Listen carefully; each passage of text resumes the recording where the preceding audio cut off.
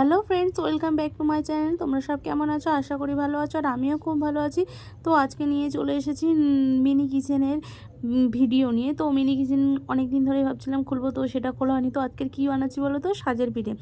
কী করে তোমরা ছোট্ট মিনি আর কি কড়াইতে আর কি কীভাবে সাজের পিঠে বানাবে সেটাই তোমাদেরকে দেখাই। প্রথমে আতপ চালের গুঁড়ো নিয়েছি, তারপরে নিয়েছি সিদ্ধ চালের গুঁড়ো, তারপরে একটু উষ্ণ গরম জল করে ভালো করে গুলিয়ে নিলাম।